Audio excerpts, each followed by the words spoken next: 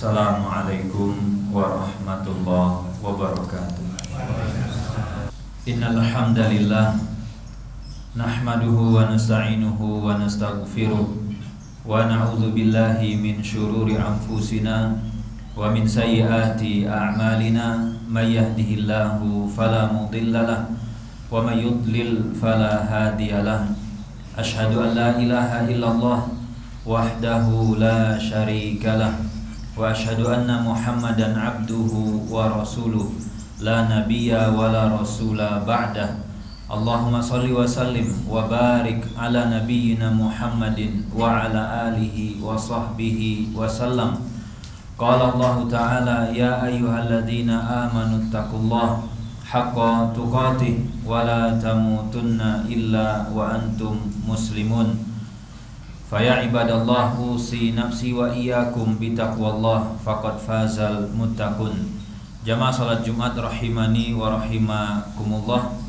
Topik khutbah kita pada siang hari ini yaitu adalah makanan haram menghalangi doa. Ada satu hadis yang disampaikan oleh Nabi SAW. Beliau menyebutkan innallaha thayyibun la yaqbalu illa thayyiban. Allah adalah zat yang thayyib, maha baik. Artinya Allah maha suci dari segala bentuk aib. Allah maha suci dari segala bentuk kekurangan. Dan at-thayyib yang berhubungan dengan hak Allah Azza wa Jalla artinya adalah kesempurnaan yang mutlak pada nama-nama Allah, pada sifat-sifat Allah, dan pada perbuatan-perbuatan Allah Azza wa Jalla. Rasul setelah menyebutkan bahwa Allah adalah Rabb, adalah zat yang thayyib, kata Rasul, la yaqbalu illa thayyiban. Allah Subhanahu wa ta'ala tidak mau menerima melainkan sesuatu yang baik pula. Artinya yang buruk Allah tidak berkenan untuk menerimanya.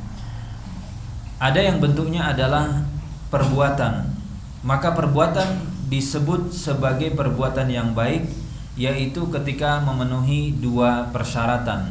Yang pertama sesuai dengan SOP, sesuai dengan standar prosedur yang ditetapkan oleh Allah Azza wa Jalla melalui Rasulnya Shallallahu Alaihi Wasallam. Dan yang kedua adalah amalan yang niatnya baik karena Allah Azza wa Jalla. Sehingga sesuatu disebut dengan amalan yang thayyib, yang mau diterima oleh Allah, baik secara niat dan baik secara cara. Adapun jika hanya niat yang baik tapi cara melanggar SOP yang ditetapkan oleh Allah, ini tidak baik. Atau sebaliknya, ada amalan yang mengikuti SOP tapi niatnya tidak baik karena riya, karena ingin dipuji, karena ingin mencari status sosial atau sanjungan, ini juga tidak baik. Dan amalan yang baik yang melibatkan harta tentu dari sumber-sumber yang baik. Hartanya didapat dengan cara yang halal, lalu diberikan, disumbangkan dengan cara yang halal pula. Sehingga poin yang pertama, Allah itu Rabb, zat yang maha baik, dan Allah tidak berkenan, tidak mau menerima melainkan sesuatu yang baik pula.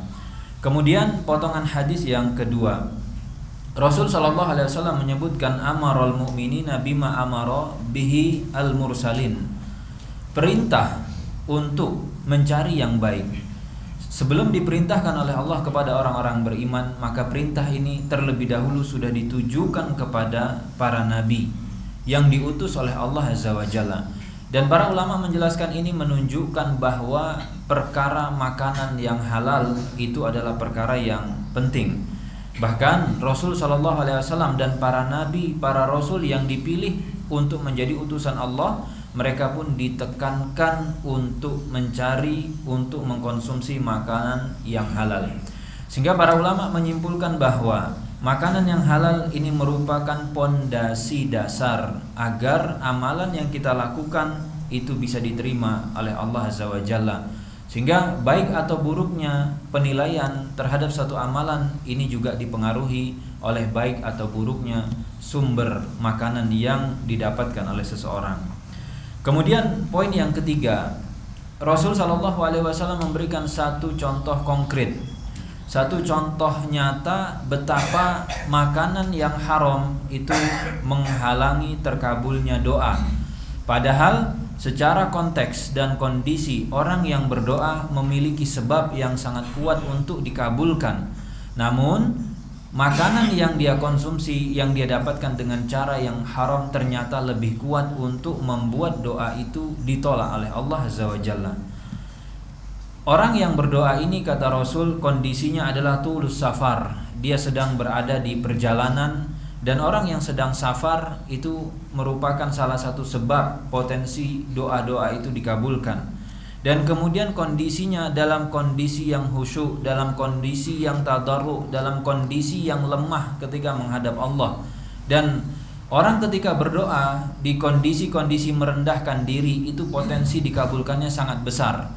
Berbeda dengan orang yang ketika berdoa kondisinya penuh dengan kesombongan, berdoa penuh dengan kebanggaan terhadap diri dan tidak ada rasa harap kepada Allah, maka ini mempersulit terkabulnya doa. Tapi orang ini ketika menghadap Allah bersimpuh, merendahkan diri dan menyadarkan bahwa dia adalah lemah, tapi ini ternyata belum cukup kuat. Bahkan yang ketiga, orang ini berdoa dalam kondisi menengadahkan tangan, memelas, memohon, meminta kepada Allah Azza wa Jalla.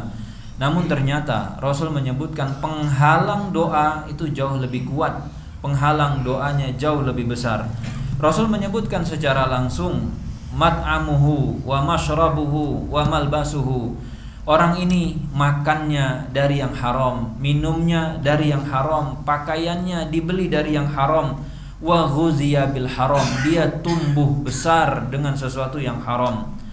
Sehingga hal-hal ini yang sifatnya konsumsi, makanan, minuman, pakaian yang dia kenakan, dan semua yang membuat dia tumbuh besar itu dari yang haram, ternyata lebih kuat untuk menghalangi terkabulnya doa, dan ini membuat ibadahnya tertolak. Dan kemudian poin yang keempat, kesimpulan ini berdasar langsung dari Rasul sallallahu alaihi wasallam. Rasul kemudian menutup hadisnya dengan satu kesimpulan. Kata Rasul, fa anna yustajabu lidzalik. Orang yang kondisinya penuh dengan yang haram, abai dengan apa yang dia konsumsi, dia makan, dia minum, dia kenakan, maka kata Rasul, gimana caranya orang ini bisa dikabulkan oleh Allah doa-doanya? Karena sebagaimana statement Rasul di awal, Allah itu Rabb yang Thayyib, yang maha baik, dan Allah tidak berkenan, Allah tidak mau menerima melainkan sesuatu yang baik. Adapun yang didapat dengan cara haram, baik itu makanan, minuman, gaji, pemasukan, entah dia korupsi, entah dia memalsukan laporan, entah dia memarkup anggaran, entah dia nanti mencurangi timbangan, atau apapun itu bentuk pemasukan, gaji, hasil yang didapatkan dengan cara yang haram, itu sesuatu yang tidak baik dan Allah tidak berkenan menerima amalan ibadah hamba yang itu dibangun dari sesuatu yang diharamkan oleh Allah Azza wa Jalla. Apa pelajaran yang bisa kita petik dari hadis ini? Yang pertama adalah hendaknya kita benar-benar berhati-hati dengan sumber pemasukan, dengan gaji, dengan uang yang kita dapatkan dan kita bawa pulang, karena penegasan bahwa yang haram itu menghalangi doa, ibadah yang kita lakukan itu secara langsung disampaikan oleh Rasul. Kemudian pelajaran yang kedua, memakan sesuatu yang halal, bukan hanya zatnya tapi juga cara mendapatkannya, ini menjadi pondasi dasar agar ibadah itu diterima oleh Allah. Dan kemudian yang ketiga,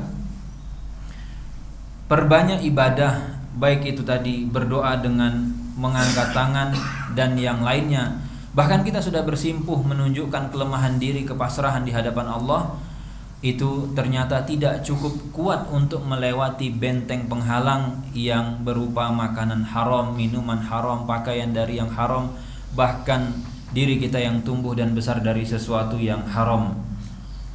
Aqulu qouli hadza astaghfirullah li wa lakum wa lisairil muslimina min kulli dzamb fastaghfiruh innahu huwal ghafurur rahim. Alhamdulillah wa kafa wa salatu ala habibinal mustafa amma ba'd. Jamaah salat Jumat rahimani wa rahimakumullah.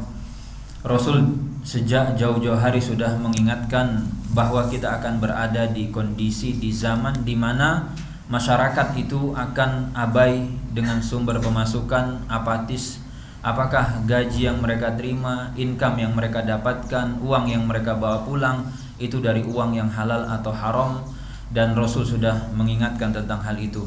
Maka kita perlu berdoa kepada Allah agar kita diberikan kesabaran, agar kita merasa cukup dengan karunia dan pemberian Allah dari jalur-jalur yang dihalalkan oleh Allah. Karena memang ujian ekonomi, godaan-godaan ketika kita dihadapkan dengan bayaran yang besar, gaji yang besar, namun kita dituntut untuk menggadaikan iman, dituntut untuk menggadaikan agama, disitulah letak ujian dan cobaan. Maka yang perlu kita ingat selalu adalah jangan sampai kita mengorbankan ibadah-ibadah yang kita lakukan setiap hari, ibadah yang dilakukan oleh anak dan istri kita, lalu kemudian kita mengabaikan kehalalan rezeki, harta yang kita bawa pulang. Karena Rasul dengan tegas mengatakan makanan yang haram itu membuat ibadah, membuat doa yang kita lakukan terhalang dan tidak dikabulkan oleh Allah Azza wa Jalla. Inna Allah wa malaikatahu yusalluna ala nabi ya ayyuhalladzina amanu sallu alaihi wa sallimu taslima. Allahumma salli ala Muhammad wa ala ali Muhammad. Allahumma gfir lil muslimin wal muslimat wal mu'minin wal mu'minat al ahya'i minhum wal amwat innaka sami'un qaribun mujibud da'wat ya qadiyal hajat. Rabbana la tuzigh qulubana ba'da idh hadaitana wa hab lana min ladunka rahmah innaka antal wahhab. Allahumma a'inna ala zikrika wa syukrika wa husni ibadatik. Rabbana zalamna anfusana wa illam taghfir lana wa tarhamna lanakunanna minal khasirin. Allahumma kfina bihalalika an haramik wa aghnina bifadlika amman siwak. Allahumma inna nas'alukal jannah wa ma yuqarribuna ilal jannah min qaulin aw amalin. Allahumma inna na'udzubika minan nar wa ma yuqarribuna ilan nar min qaulin aw amalin. Rabbana atina fid dunya hasanah wa fil akhirati hasanah wa qina adzabannar. Wa akhiru da'wana alhamdulillahi rabbil alamin. Aqimus shalah.